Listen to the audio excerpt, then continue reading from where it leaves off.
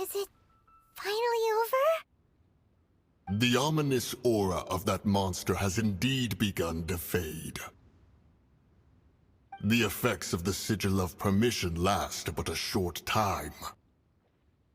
It will be some time before the Overlord of the Vortex can make any waves again. We are indebted to you for your assistance. If the Adepti hadn't happened to be here, the future of Liyue Harbor would surely have been in great jeopardy. Save your flattery. We didn't just happen to be here. Surely you won't pretend to have forgotten the reason for which we came. Come now.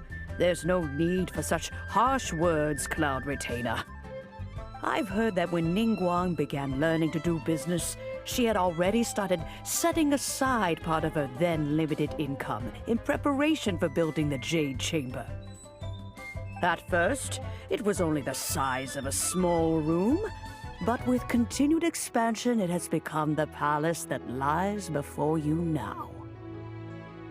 It is a testament to Ningguang's entire life, both as a businesswoman and as the backbone of the Liyue Qixing.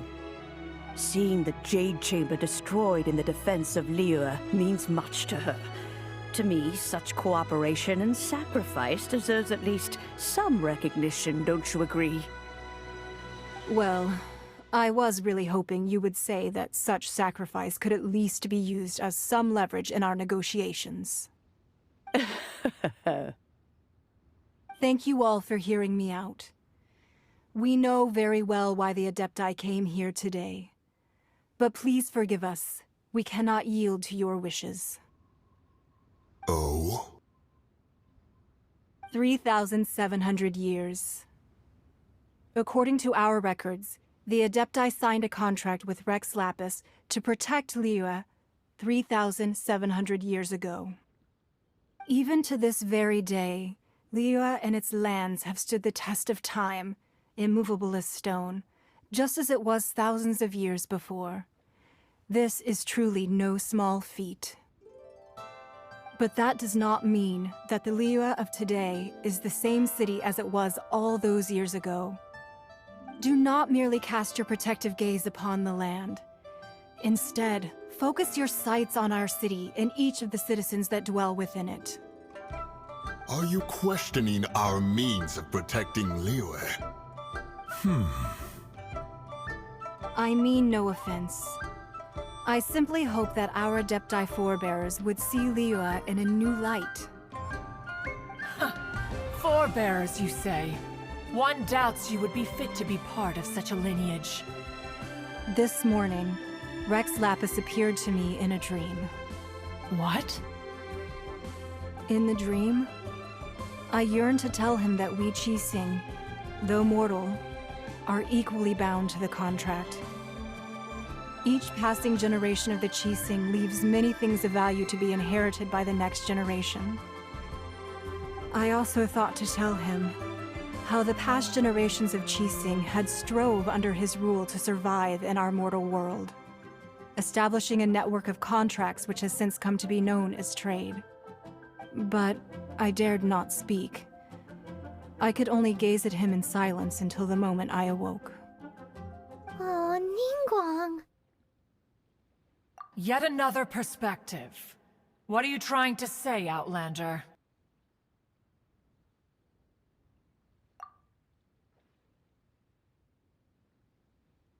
Right!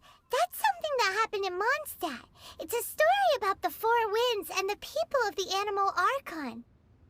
The Animal Archon sought to quell the strife between the two sides, because he believed that such conflict would only scar the hearts of both, and that nothing good would come of it.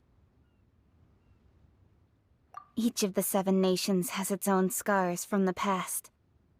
Though your point is the very height of simplicity. As Adepti, we've become a laughingstock, to be chastised thus by an outlander who has lent us such succor. All right, all right.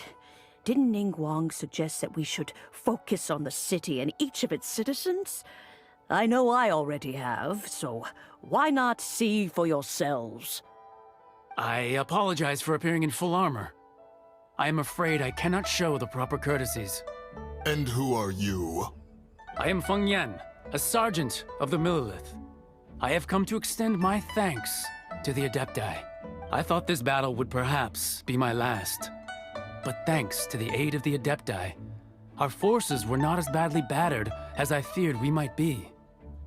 Although I am a mere mortal soldier, I promise to hold the line and never betray the grace given to us by the illuminated Adepti this day.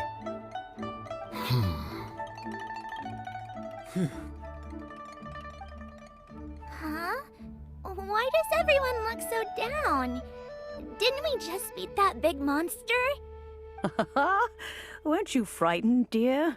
It was quite the predicament. I wasn't afraid. All the strong Millelith guards were there, and those powerful heroes with their visions were there. Everyone was there. When danger is near, everyone always protects me. And the rest of the time, they make fun toys and tasty snacks and loads of things that make the harbor so pretty. Thanks for protecting Liyue Harbor. Please come visit us for the next lantern rite. Unfortunately, we wouldn't be able to participate. Huh? Because we are Adepti. Oh, okay. It must be hard being an Adeptus. Oh. You see, this is what Liyue is like today. The country of contracts is grateful to the Adepti for their protection, but it is no longer necessary for the city to rely on the Adepti's power to solve every little niggling matter. Although their blood is weak, there is still strength to be found in those we call mortals. The time of contracts between gods and Liyue has long since passed. Now is the time of contracts between Liyue and its people. Seeing the port around us now, it is hard not to feel a bit out of place. Wouldn't you say so, Cloud Retainer? Your line of inquiry is askew.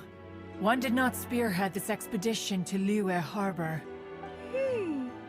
Seems like the Adepti have had a change of heart.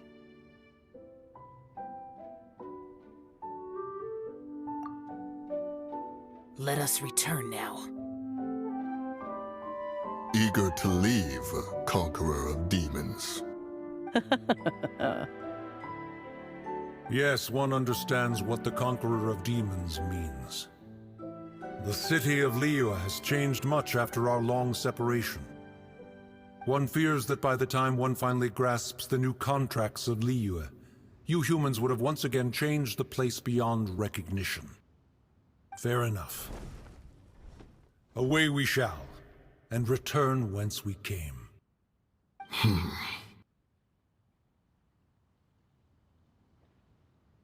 Since we Adepti have consensus, then one shall persist no further. But how will we ensure that the Liyue Chising will not simply exploit their power once we depart? In my view, that is still a thing to be guarded against.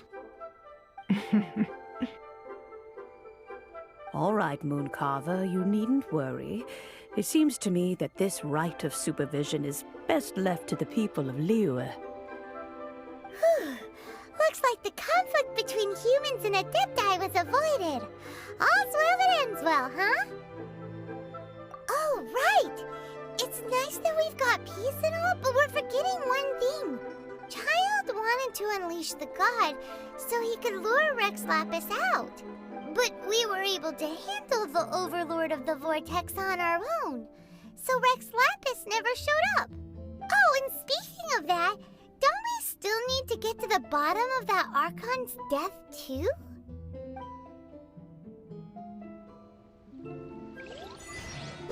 Paimon doesn't get it. But isn't the strongest lead we have the Adeptiless rite of parting that we're organizing? No idea where Zhang Li's gone. Let's ask for him at Wangshen Funeral Parlor.